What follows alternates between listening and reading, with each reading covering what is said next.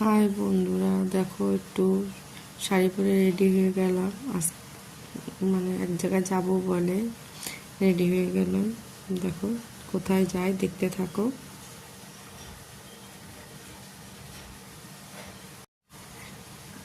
দেখো দেখতে দেখতে চলে আসলাম। গতকাল আমাদের পাড়ার একজনের বাড়িতে কালী পূজার নিমন্ত্রণ ছিল, সেখানে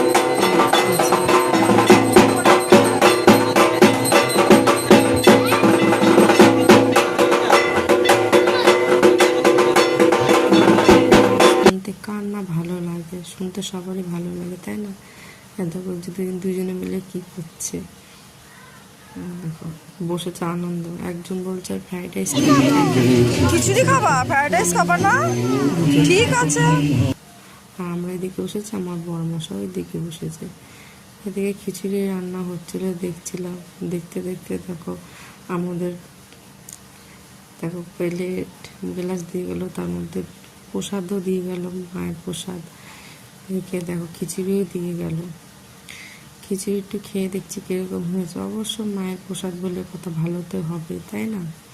তার ওই যে খাচ্ছি তখন, আর দুজনে মিলে ওরাও খাচ্ছে। দেখো আমাদের ফ্রাইড রাইস দিয়ে গেল, তার সাথে আলুর দমও দিয়ে গেছে। দেখো দুজন মিলে খাচ্ছে, আর শয়তানি শুধু ওদের।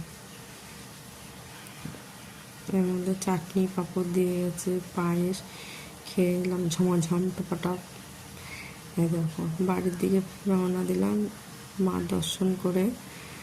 তোমাদের যদি আমার ভিডিও ভালো লাগে তাহলে লাইক কমেন্ট শেয়ার করে দেবো। তোমার মায়ের আশীর্বাদে সবাই ভালো থাকো। আজকের মতন টাটা।